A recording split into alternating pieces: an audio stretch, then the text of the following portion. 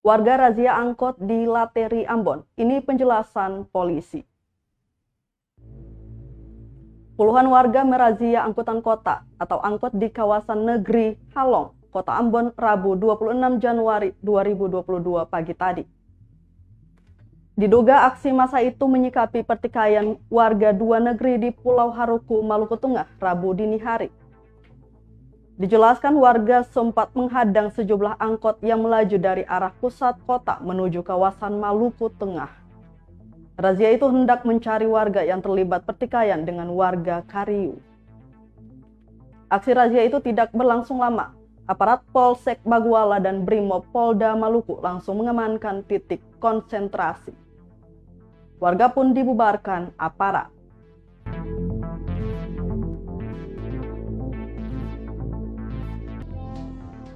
Pak, terkait sudah merembes ke Kutamun tadi pagi itu ada palang jalan di Halong itu gimana Pak? Nah ini tentunya kami menghimbau kepada warga masyarakat khususnya antara kedua desa maupun masyarakat lainnya agar tidak terprovokasi dengan situasi kejadian yang ada di Pulau Haruku sana.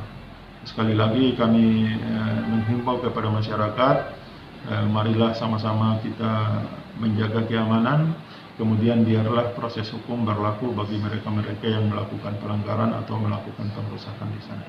Jadi penanganan di Ambon juga polisi juga tempatkan ya Pak ya? Ya, di Ambon juga kami tentunya patroli rutin sebagaimana sudah merupakan kegiatan-kegiatan setiap hari kami akan lakukan dan tentunya menghadapi konflik ini akan kami tingkatkan lagi. Tapi sesalkan kejadian tadi pagi Pak ya?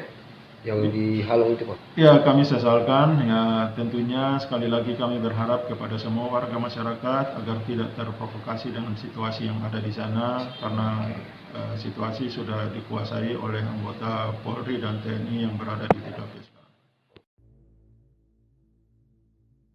Terima kasih sudah nonton. Jangan lupa like, subscribe, dan share ya.